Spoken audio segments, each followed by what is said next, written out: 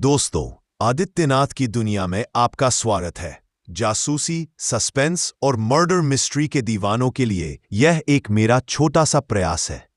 आशा करता हूं कि यह आपको पसंद आएगा। आपकी अमूल्य राय का इंतजार रहेगा। पसंद नापसंद, कमी खूबी, जो भी आपको इस पार्ट में लगे बताइएगा जरूर। अध्याय 1 सुष्मिता से परिचय। विनय अपने किचन में ब्रेकफास्ट बनाने में इतनी तल्लीनता से लगा हुआ था कि मोबाइल की रिंगटोन पर उसका ध्यान तुरंत नहीं गया, और जब तक उसका ध्यान गया फोन कट चुका था।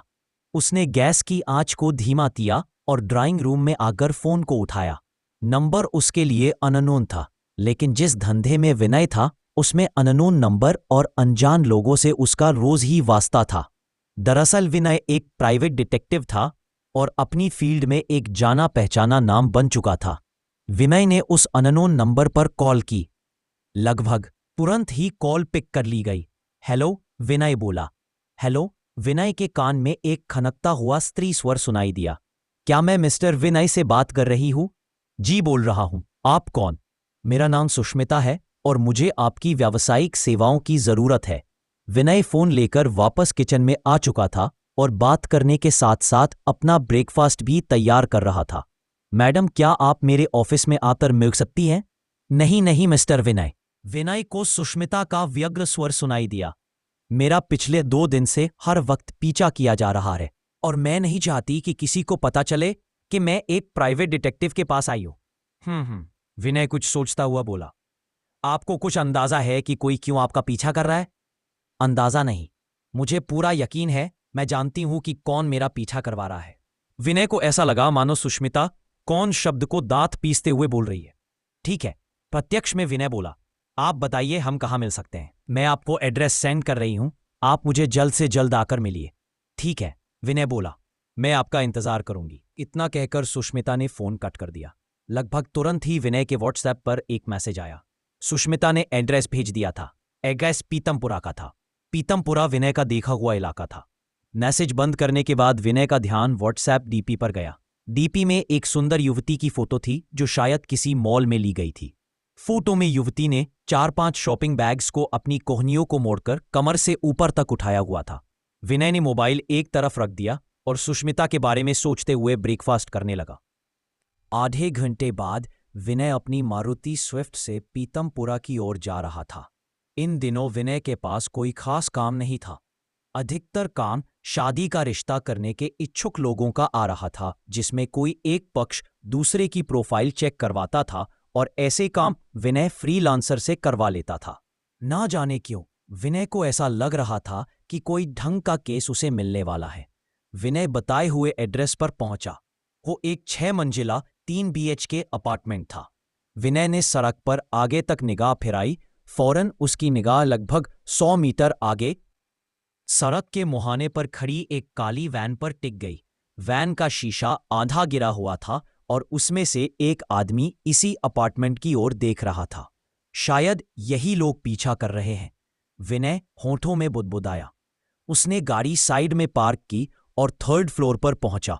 सामने जिस फ्लैट का दरवाजा था वो पूरी तरह से बंद नहीं था। विनय ने डोर बेल को एक बार दबाकर छोड़ दिया। कौन है?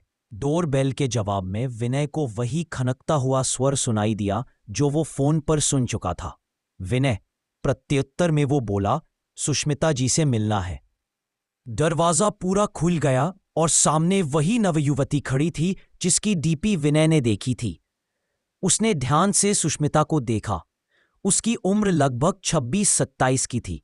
ग्रीन क्रॉप टी-शर्ट और वाइट ट्राउजर में वो बेहद सुंदर दिख रही थी। खुले बाल उसकी सुंदरता को और बढ़ा रहे थे। प्लीज कम मिस्टर विनय, सुष्मिता एक तरफ होते हुए बोली। Have a seat. उसने ड्राइंग रूम में स्थित एक शानदार सोफे पर विनय को बैठने का इशारा किया। बताइए क्या लेंगे, ठंडा गरम? जी धन्यवाद, अभी तो कुछ नहीं, ना ठंडा ना गरम। अरे ऐसा कैसे? सुष्मिता बोली। मैं अभी कॉफी बनाकर लाती हूं। जी उसकी जरूरत नहीं है, विनय जल्दी से बोला। काम की बात पर आते हैं। विनय, आप आ गए हैं तो काम की बात भी हो जाएगी। आप नहीं जानते आपके आने से मैं कितना रिलैक्स फील कर रही हूं। आप बस 5 मिनट रुकिए, मैं अभी कॉफी बनाकर लाती हूं।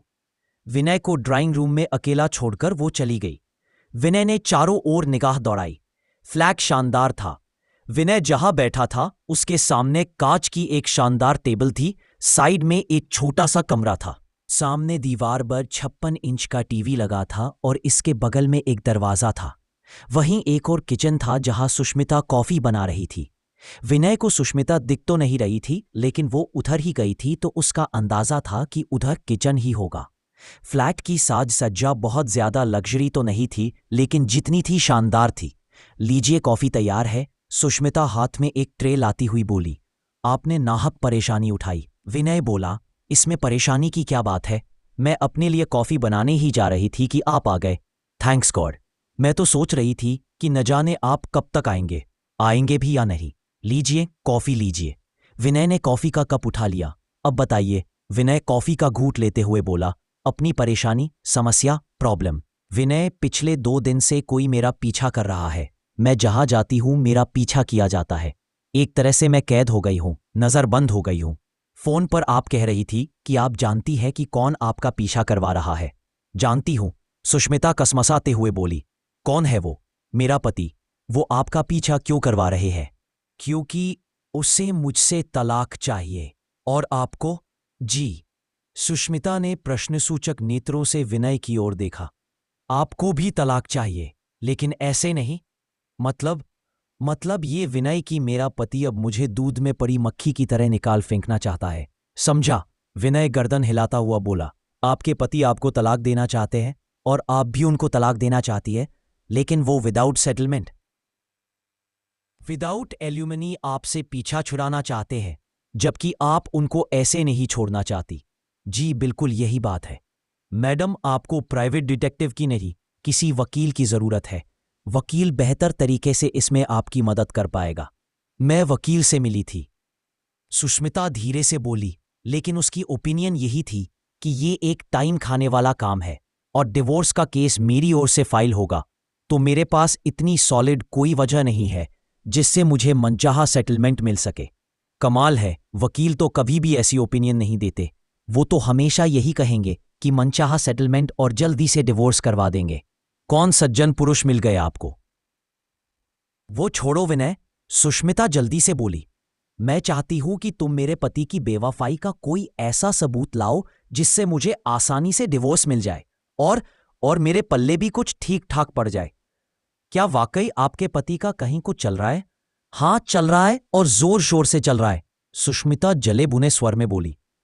आपको कैसे पता? बीवियों को ये बात पता चल ही जाती है देर सवेर।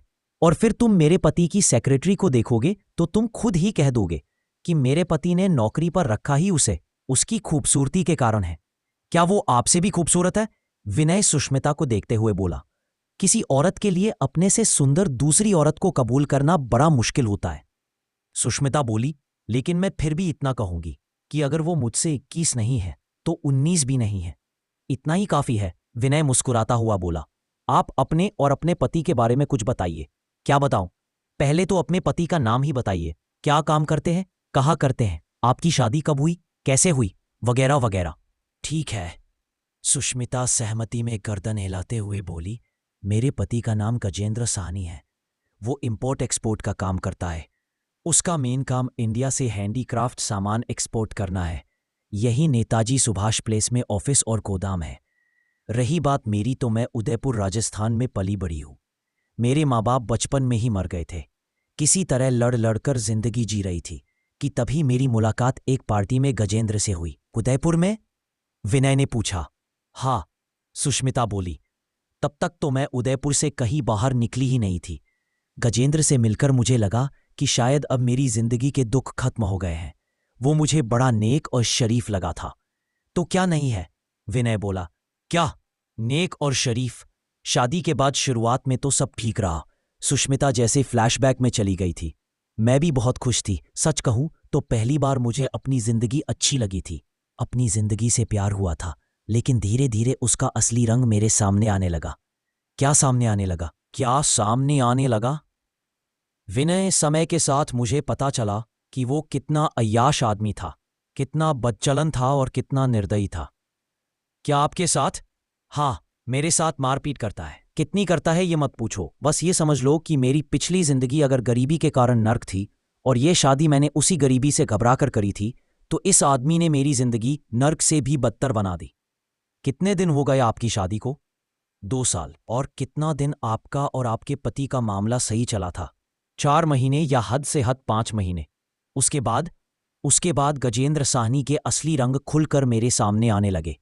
देर रात में अय्याशी करके लौटना और कुछ पूछो तो मारना। बाद में तो हालात ये हो गए कि बिना कुछ पूछे भी मुझे मारने लगा। तलाक लेना तो बनता है, विनय बोला।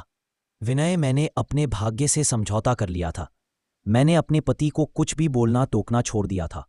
मैंने सोचा अच्छा खाने पहनने को मिल रहा है, चुप मारकर पड़ी रहती हूं और शायद समय के साथ मेरा पति सुधर जाएगा। लेकिन उसकी नज़रों में मेरी औकात घर में पड़े किसी शोकेस से ज्यादा नहीं है। देखिए सुष्मिता जी, विनय बोला, मेरा तो अब भी यह मानना है कि डिवोर्स का केस फाइल कर देना चाहिए। ऐसे मामलों में अदालतें आजकल जल्दी फैसला लेती हैं। विनय, मैं कोर्ट में अपना टाइम नहीं बर्बाद करना चाहती।